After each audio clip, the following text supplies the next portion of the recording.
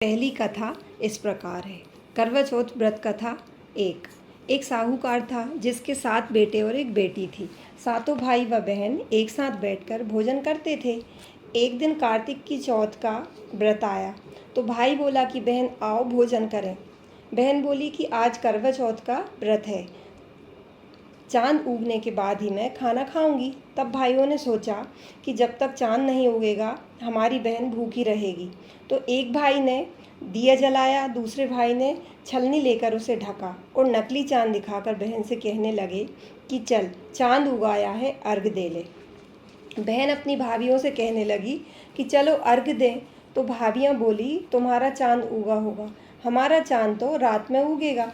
बहन ने जब अकेले ही अर्घ दे दिया और खाना खाने लगी तो पहले ही ग्रास में बाल आ गया, दूसरे ग्रास में कंकड़ आया और तीसरा ग्रास मुंह की ओर किया तो उसके ससुराल से संदेश आया कि तुम्हारा पति बहुत बीमार है, तुम जल्दी घर आ जाओ। माँ ने जब अपनी लड़की को विदा किया तो कहा कि रास्ते में जो भी मिले उसके पाँव जरूर लगना और जो कोई सुहाग का आशीष दे तो उसके पल्ले में गांठ लगाकर उसे कुछ रुपए जरूर देना। बहन जब भाइयों से विदा हुई तो रास्ते में जो भी मिला उसने यही आशीष दी कि तुम 7 भाइयों की बहन, तुम्हारे भाई सुखी रहें और तुम उनका सुख देखो। सुहाग का आशीष किसी ने भी नहीं दिया। जब वह ससुराल पहुंची तो दरवाजे पर उसकी छोटी ननद खड़ी थी। वह उसके भी पाँव लगने लगी तो उसने कहा कि सुहागिन रहो, सपूती हो। तो उसने एक यह सुनकर पल्ले में गांठ बांधी और ननद को सोने का सिक्का दिया। तब भीतर गई तो सास ने कहा कि पति धरती पर पड़ा है, तो वह उसके पास जाकर उसकी सेवा करने के लिए बैठ गई। बाद में सास ने दासी के हाथ बची खुची रोटी भेज दी। इस प्रकार से समय बीतते बीतते मृगशिर मार्गशीर्ष की चौथ आई तो चौथ माता बोली करवा ले भाइयों की प्यारी करवा ले। लेकिन जब उसे चौथ माता नहीं दिखलाई दी तो वह बोली हे माता, आपने मुझे उजाड़ा तो आप ही मेरा उद्धार करोगी, आपको मेरा सुहाग देना ही पड़ेगा। तब उस चौथ माता ने बताया कि पौष की चौथ आएगी, वह मेरे से बड़ी है, उसे ही सब कहना, वही तुम्हारा सुहाग वापस करेगी।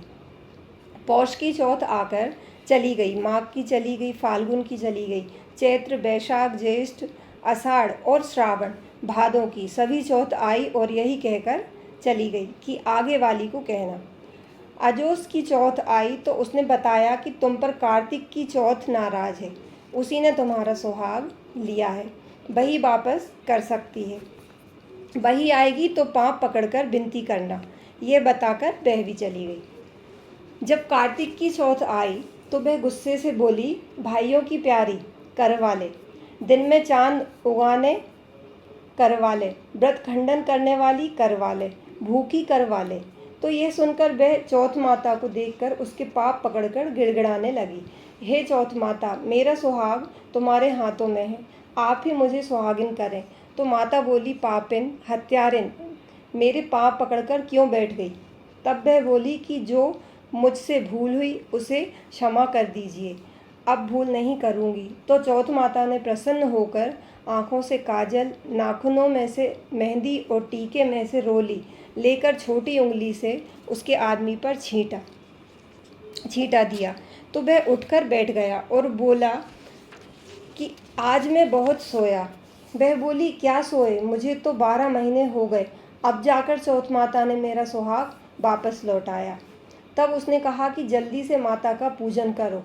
जब चौथ की कहानी सुनी, करवा का पूजन किया तो प्रसाद खाकर दोनों पति पत्नी चौपड़ खेलने बैठ गए। नीचे से दासी आई, उसने उन दोनों को चौपड़ पासे से खेलते देखा तो उसने सासू जी को जाकर बताया। तब से सारे गांव में यह बात प्रसिद्ध होती गई कि सब स्त्रियां चौथ का व्रत करें तो सुहाग अटल रहेगा। जिस तरह से साहूकार की बेटी का सुहाग दिया उसी तरह से चौथ माता सबको सुहागिन रखे, यही करवा चौथ के उपवास की सनातन महिमा है। करवा चौथ व्रत कथा 2 अति प्राचीन काल की बात है। एक बार पांडुपुत्र अर्जुन तप करने के लिए नीलगिरी पर्वत पर चले गए थे। इधर पांडवों पर अनेक मुसीबतें पहले से ही थी। इससे द्रौपदी ने शोक बेहल हो श्री कृष्ण से आराधना की। कृष्ण उपस्थित हुए और पूछा, कहो क्या कष्ट है तुम्हें? प्रभु, द्रौपदी ने हाथ जोड़कर कहा, मुझे क्या कष्ट है, आप तो स्वयं जानते हैं, आप तो अंतर्यामी हैं। मुझे कष्टों के बोझ से बेहल कर दिया है। क्या कोई ऐसा उपाय है जिससे इन कष्टों से मुझे छुटकारा मिल सके? तुम्हारा प्रश्न अति उत्तम है द्रौपदी, श्री कृष्ण ने मुस्कुराते हुए कहा। प्रभु, फिर मुझ दुखी नारी का कष्ट दूर करने के लिए कुछ उपाय बतलाइए, द्रौपदी ने पूछा। यही प्रश्न एक बार पार्वती जी ने शिव जी से कर लिया था। तब भी शिव जी ने करवा चौथ का विधान बतलाया था। फिर प्रभु, करवा चौथ की जानकारी मुझे भी दीजिए और उसकी कथा कहिए। तब श्री कृष्ण ने एक पल सोचने के बाद कहा, दुख सुख जो सांसारिक माना जाता है, प्राणी उसमें सदा ही लिप्त रहता है। मैं तुम्हें अति उत्तम करवा चौथ व्रत की कथा सुनाता हूँ, इसे ध्यान से सुनो। प्राचीन काल में गुणी विद्वान धर्मपरायण एक ब्राह्मण रहता था।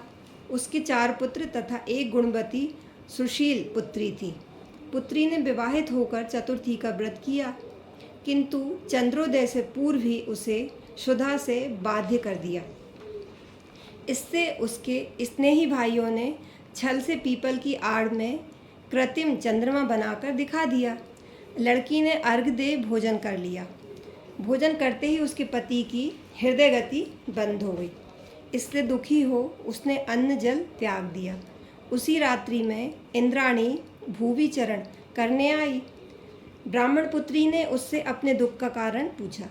इंद्राणी ने बतलाया, तुम्हें करवा चौथ व्रत में चौथ दर्शन से पूर्व भोजन कर लेने से यह कष्ट मिला है। तब उस लड़की ने अंजलि बांधकर विनय की कि इससे मुक्त होने का कोई उपाय बतलाइए।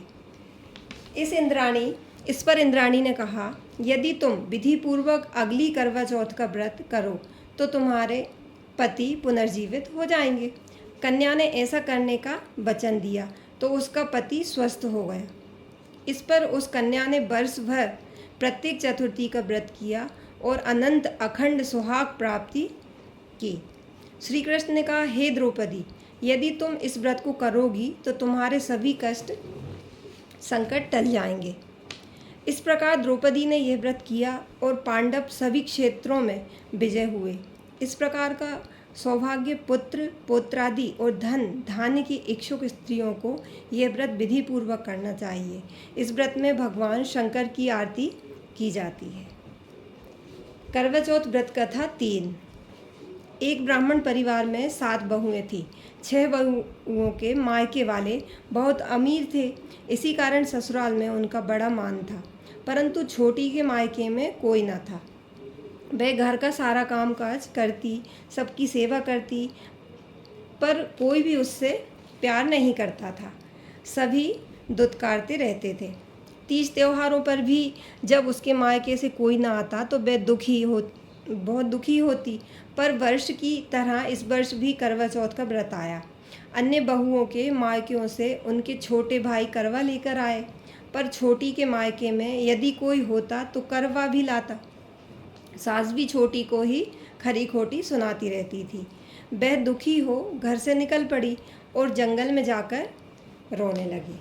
एक नाग बहुत देर से उसका रोना सुन रहा था।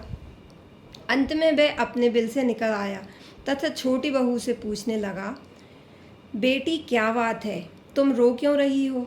छोटी बहू बोली, आज करवा चौथ है, मेरा कोई भाई नहीं है। यदि मेरा कोई भाई होता तो आज ज़रूर करवा लेकर आता। नाग को छोटी बहू पर दया आई।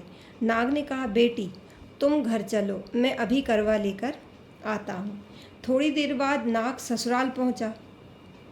ससुराल वाले इतना सामान देखकर चकित हो गए। सास भी प्रसन्न हो गई। सास ने प्रसन्न मन से छोटी बहू को नाग देवता के साथ भेज दिया।